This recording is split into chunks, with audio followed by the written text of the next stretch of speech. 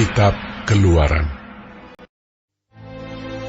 Pada bulan ketiga, setelah orang Israel keluar dari tanah Mesir, mereka tiba di padang gurun Sinai pada hari itu juga. Setelah mereka berangkat dari Rafidim, tibalah mereka di padang gurun Sinai, lalu mereka berkemah di padang gurun. Orang Israel berkemah di sana di depan gunung itu. Lalu naiklah Musa menghadap Allah, dan Tuhan berseru dari gunung itu kepadanya. Beginilah kau katakan kepada keturunan Yakub, dan kau beritakan kepada orang Israel. Kamu sendiri telah melihat apa yang kulakukan kepada orang Mesir, dan bagaimana aku telah mendukung kamu di atas sayap Raja Wali, dan membawa kamu kepadaku. Jadi sekarang, jika kamu sungguh-sungguh mendengarkan firman-Ku dan berpegang pada perjanjian-Ku, maka kamu akan menjadi harta kesayangan-Ku sendiri dari antara segala bangsa, sebab Akulah yang empunya seluruh bumi. Kamu akan menjadi bagiku kerajaan imam dan bangsa yang kudus. Inilah semuanya firman yang harus kau katakan kepada orang Israel. Lalu datanglah Musa dan memanggil para tua-tua bangsa itu, dan membawa ke depan mereka segala firman yang diperintahkan Tuhan kepadanya. Seluruh bangsa itu menjawab bersama-sama, "Segala yang difirmankan Tuhan akan kami lakukan." Lalu Musa pun menyampaikan jawab bangsa itu kepada Tuhan. Berfirmanlah Tuhan kepada Musa, "Sesungguhnya Aku akan datang kepadamu dalam awan yang tebal, dengan maksud supaya dapat didengar oleh bangsa itu apabila aku berbicara dengan engkau, dan juga supaya mereka senantiasa percaya kepadamu." Lalu Musa memberitahukan perkataan bangsa itu kepada Tuhan. Berfirmanlah Tuhan kepada Musa, "Pergilah kepada bangsa itu, suruhlah mereka menguduskan diri pada hari ini dan besok, dan mereka harus mencuci pakaiannya.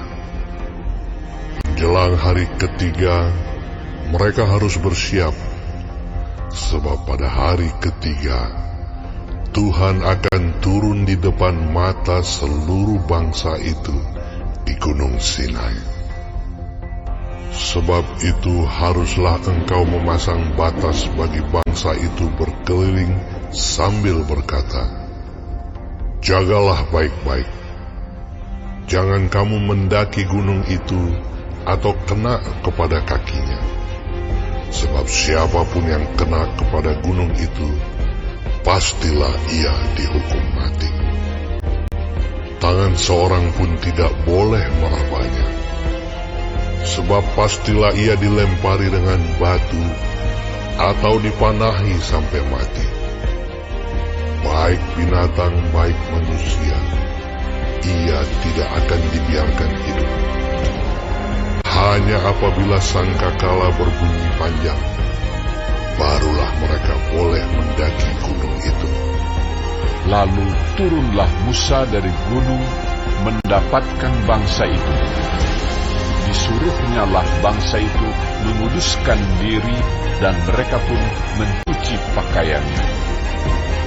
Maka kata Musa kepada bangsa itu, "Bersiaplah menjelang hari yang ketiga, dan janganlah kamu bersetubuh dengan perempuan." Dan terjadilah pada hari ketiga, pada waktu terbit fajar, ada guruh dan kilat dan awan padat di atas gunung, dan bunyi sangkakala yang sangat keras, sehingga gemetarlah seluruh bangsa yang ada di perkemahan. Lalu Musa membawa bangsa itu keluar dari perkemahan untuk menjumpai Allah, dan berdirilah mereka pada kaki gunung.